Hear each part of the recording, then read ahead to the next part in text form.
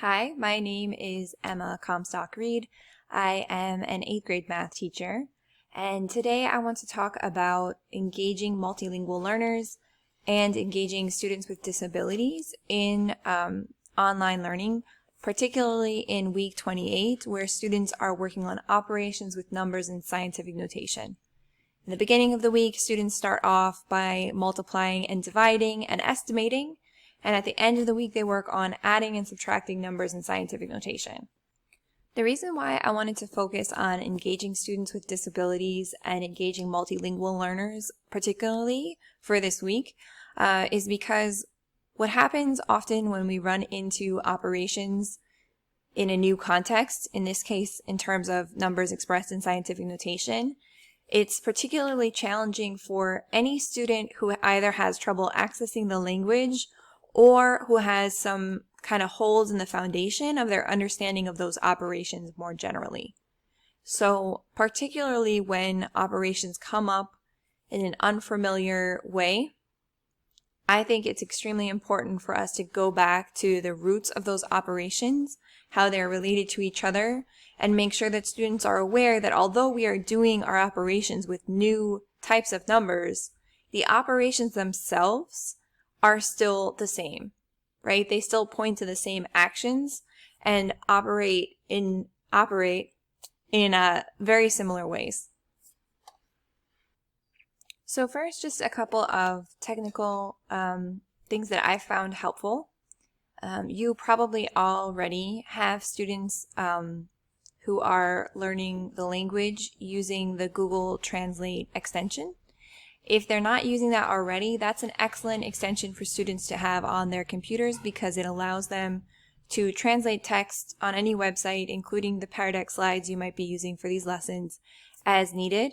And it's very important for students who are learning English to have the opportunity to see math in their home language. And it's also important for them to see it in English. So by having that extension on their computers, it really puts the power in their hands to translate as needed. It's also a great idea to translate and have some images around the biggest vocabulary words you want to use for the week. So I'll show some suggestions for words you might want to focus on and translate for this week here. And you can pause if that's easier to look at. And then another really important aspect, I think, of making math accessible to everyone is to allow students to explain their thinking in words if what you're teaching is not specifically a math writing skill. So if the goal of a student writing something down is just to get their thinking visible to you, then I encourage you to think about ways to have students have the flexibility to record their thinking out loud if that's their preference, or to draw their thinking and submit it as a picture.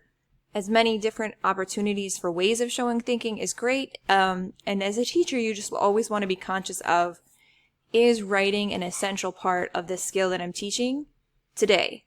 And do I need students to express their thinking in writing right now? Or can I focus on that skill later, and would explaining their thinking out loud help them get to this skill now? So one website that I use, I'll show it here. This website is called vocaroo.com, and the reason why I use this with my students is because it's a way for students to, they just click to record, and now I'm recording myself. They can record their thinking to any question, and when they stop it, they can hit save and share, and they can just copy this link and submit it like they would submit their typed work, and then you can hear the audio version of their thinking instead of them always having to type in every single lesson. So that strategy works really well for students with disabilities. Really students, even when it's just their preference to express their thinking out loud, some kids that just comes more naturally to them. And it can be nice for multilingual learners also because their spoken English might outpace their written English, or it might just be a good opportunity for them to practice their English speaking, which they may be doing less of at home. Another aspect here I wanted to really highlight for this week that applies, I think, equally to students with disabilities and multilingual learners is the importance of building background knowledge and contextualizing new concepts in mathematics in familiar context or mathematical content. So when we come up with this idea of multiplying numbers in scientific notation, we want to tie this as much as possible to models that they have learned to use for multiplication throughout their career as mathematicians, right?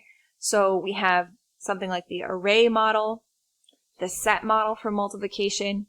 You want to think about questions and not only, what operation this question is asking them to do with numbers in scientific notation, but also, which type of multiplication problem are we looking at? Are we looking at a set model and an iteration of groups? When we're looking at a division question, is it a question about how many groups? Or is it a question about how much in each group, right? So you want to be thinking about the types of division, the types of multiplication that students do with any numbers and help to bridge that knowledge into operating with numbers in scientific notation. So that's why I did a routine called Bleep when I went through the lesson for day 30. So the idea of Bleep is that you take a word problem, you eliminate the numbers, and you replace them with just boxes. And it allows students to focus on what the word problem is saying and what the question is asking without the distraction of numbers that might be unfriendly. Then you replace those boxes with letters, which allows you to talk to students about comparisons between the numbers. And you want to ask questions like, which number do you think would be the biggest? Which number would be the smallest? How do you know? What is this? What kind of number is this? What is the quantity measuring or counting? And then you also want to ask which numbers are related and how do you know? And so once students have had an opportunity to talk about the ways that those quantities are related, what they're counting, which are bigger or smaller, they've already done so much of that thinking and brought in the background knowledge so that when they see numbers, and you start with friendly numbers to replace the original numbers first, now they are prepared to come up with a strategy with their friendlier numbers.